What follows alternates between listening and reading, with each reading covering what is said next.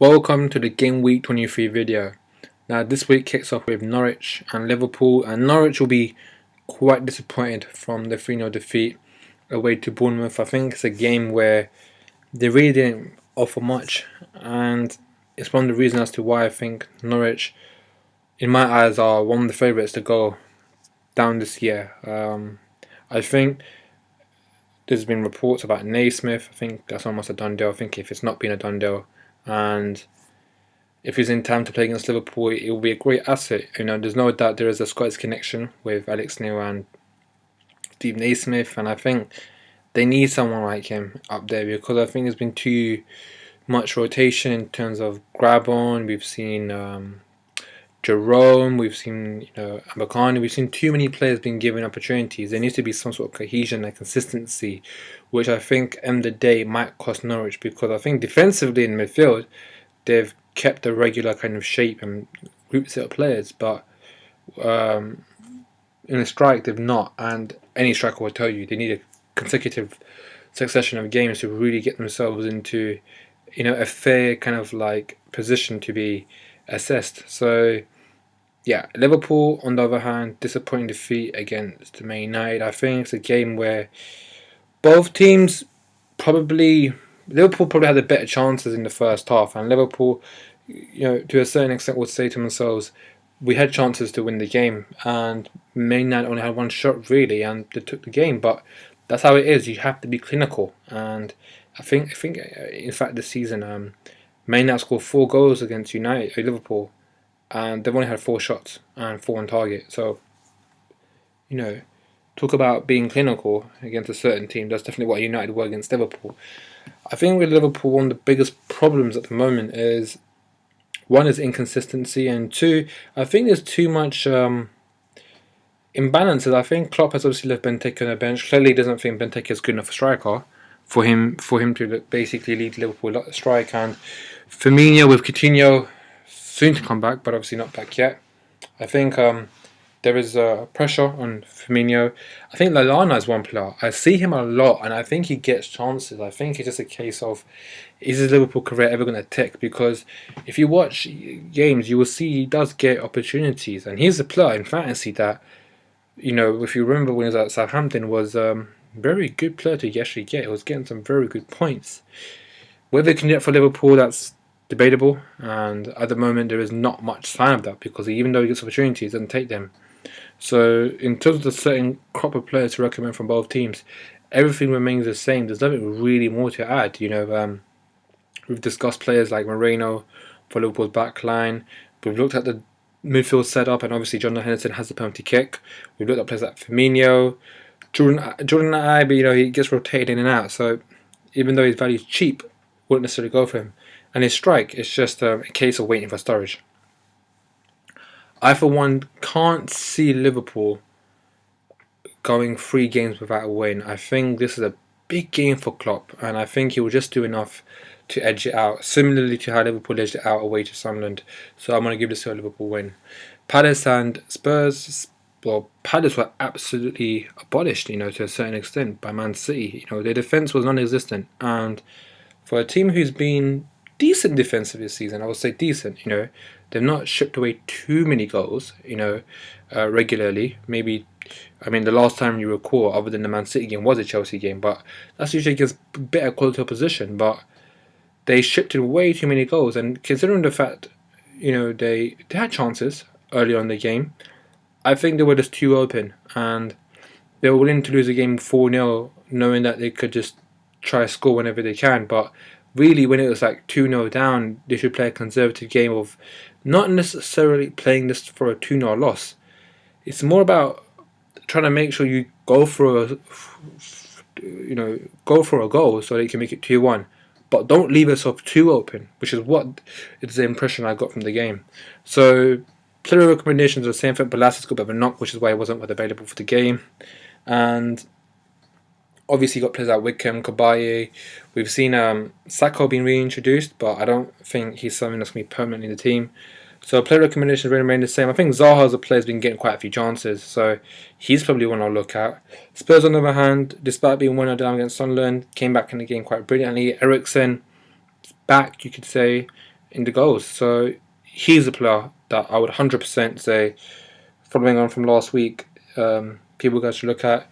Obviously, you got Kane, you have Lamella, and you know those are the players I really look at. Obviously, Dele Alli is obviously there as well because he does make good runs in the box. But Lamella, Ericsson, and Kane for me are the ones that strike first.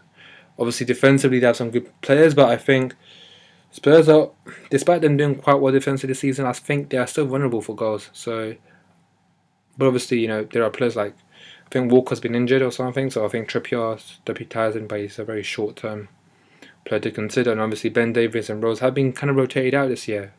Recently in the last few weeks, so it's a bit of a risk going for them. Where I see this game going, I think could see a draw, but I don't expect Palace to lose this game. I think I'll be surprised if Palace do lose this. So Palace win or draw. Leicester against Stoke. Leicester for me dominated the Villa game, and they got caught out by. Look, he played by the whistle. Yeah, hit just his hand, but it's not a handball. It's not deliberate, at least. So played to the whistle, which they didn't do, and it was cool. Still a good finish considering it took deflections. It was a difficult opportunity for Schumacher to save. He played quite well during the game, but I think Leicester showed enough in that game, despite the penalty miss and everything. That if you look at it, the two penalty misses have actually cost them being top of the table. They've dropped 4 points from penalty misses, which is quite a lot of points. I think Vardy maybe needs to take the penalty kick, and probably another reason as to why people should consider him. Obviously, I'm someone who got him out of my team, but he's definitely a player to look at because he will be getting goals, and he has definitely involved in chances, which he was. I think he had a few chances in the game, which maybe the Vardy with the 12 game streak would have finished, but I think let's not forget he's had a groin injury, he's come back. It's not easy and a lot of pressure on him now, knowing what he's capable of, so you've got to take things easy with him. Stoke, on the other hand, I think obviously with Shaqiri and they, against Arsenal, had chances, but I wouldn't say clear-cut chances. They've got their normal players, like they've got Juve coming back as well, and I think Joselu's looked like a really good spark for them, but it's going to be interesting to see what they exactly play in the first 11. One thing I would add is that, again, Johnson is a player I've been recommending for a long time, and the fact that in the bonuses, he got 2 bonus when Arsenal defenders kept a clean sheet says a lot about how highly rated the BPS system is relative compared to other players. When you look at Johnson, there's no doubt if Leicester and Stoke keep a clean sheet, both teams, I would expect Johnson to get some bonus points. I don't see Leicester losing this game. I think a draw could be on the cards, but either a win for Leicester. So yeah, Maynard and Southampton. I think Maynard have just about saved Louis van Gaal from an imminent resignation or sacking. I'm not a fan of Louis van Gaal getting sacked, but when you consider the amount of animosity and public speculation that was out there, that was one of the plausibilities out there, because you consider the managers that are available, and considering everything what's going around, people were saying could Van Gaal actually get sacked, but they've got a few good results, and I think they're 7 points off the top. So yeah. I mean, Rooney is a player I've mentioned 3-4 weeks ago who's been getting points now. I did make it very clear to you guys that, I saw this player getting points, which has been the case. I think Fellaini is another one. He does get chances. You look at Newcastle, could have turned their game away. Liverpool got a few chances and even got their assist. So he's another player I look at and say, you know what, look at him. And obviously you've got other players like Martial. Matt has been dropped out of the team, surprisingly. So I won't invest much money in him, but otherwise, you've got also the main defenders. De Gea obviously gets bonuses and clean sheets as well. Southampton, I've had a hit form in the right time. Target at 3.7 million, which is a player even I'm looking out for cheap defenders, because I'm generally a player who really likes getting cheap defenders who play first team. He's come back and really done well. I think he's got 2 assists in a row, and I would strongly advise that you consider him. Along with that, Ward-Prowse is a player I've been talking about for a long time, and that was his first game that he has performed against West Brom. Free kick, and which he's a specialist at, and 2 goals for him. So he's definitely a player I look at. And where do I see this game going? They played a great game in the reverse fixture earlier this season, where Man United won 3-2, and Martial scored 2 goals. I think this can go either way. I really think all 3 scores are possible here, and I'm just going to sit on the fence and see what happens, really. Sunderland, Bournemouth, big game for two teams at the bottom. And at the moment, into the bottom three teams, it's Newcastle, Sunderland, and Villa. And Sunderland, I think, against Tottenham, despite taking the 1-0 lead, they had chances. You look at the Defoe chance, it came at an important time in the game where, despite it being 1-1, have you take the lead, they can really go defensive. And there's also regarding the substitution and the tactical change to 3-5-2, and there were reasons why Sam Allardyce explained why he made those steps. Look, Defoe still gets chances, and I think he's a player you've got to look at, especially against Bournemouth. Bournemouth, on the other hand, are doing well, keeping clean sheets. You look at Daniels taking a free penalty. You've got to look at him. I mean, a defender who takes penalties in this game, you have to really seriously consider him. Along with that, we've discussed other players, and Afobe coming in, I think he's valued at 6.1. Who's worth a shout? And so where do I see this game going? I've got to probably just give it just to Sunderland because of Sam Allardyce's record. And let's not forget, despite the Sunderland defeat to Spurs, before that there were 2 games in a row that they won. So, and obviously I spoke about Van Aanholt. It wasn't surprising for him to get the goal. And if you guys had got him based on my suggestion, that's great for you guys. So, where else is this going? I don't see Sunderland losing. That's what I would say. Watford and Newcastle, disappointing defeat for Watford. It's unlike them. They've been dropping points here and there and could be slowly sucked back into this relegation fight. Newcastle, on the other hand, have really, picked up 3 massive points and probably thought they could just, end the week out of the bottom 3, but obviously Swansea won. So Newcastle, Mitrovic, again, he's a player I recommend. You've got your Wijnaldum heavily involved and Jose Perez, but I really think Mitrovic and Wijnaldum are the 2 players I'll look at, especially because Mitrovic has the penalty kick as well. Where I see this game going, I think Watford will be, in a way, focus on going back to basics and keeping a clean sheet. But I think Newcastle will go here knowing they need to get something because they can't really be in the bottom 3 at this time. It's a mental block for sure. And I think I, at the moment, just see Watford winning this. I think Icardo and Dini could rejuvenate in this type of game to get them back. But this will be one of the interesting games of the week because I think can Newcastle really make a following performance, from the West Ham win? Can they really follow that up with a good result?